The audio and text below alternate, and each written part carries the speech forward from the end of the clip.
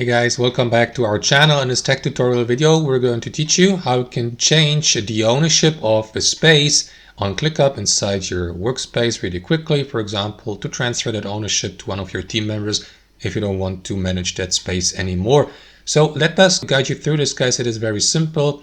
Head over to your workspace on ClickUp and access the space you would like to transfer the ownership for. Like, let me go, for example, with that test space I created for demonstration purposes.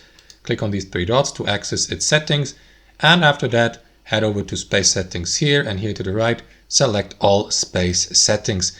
Inside your space settings, guys, you may, for example, customize your space by assigning a custom icon and name and so on and so forth. Make it private, describe it here, and so on and so forth. So if you'd like to change the ownership, simply click on that arrow down icon next to the current owner and pick any of your team members listed below to make him or her the new owner. Just don't forget, guys, to click on Save Changes to save and to apply these changes. And that should do it, guys. Hope you enjoyed this video, got some real value from it, and we'll see you next time on our channel.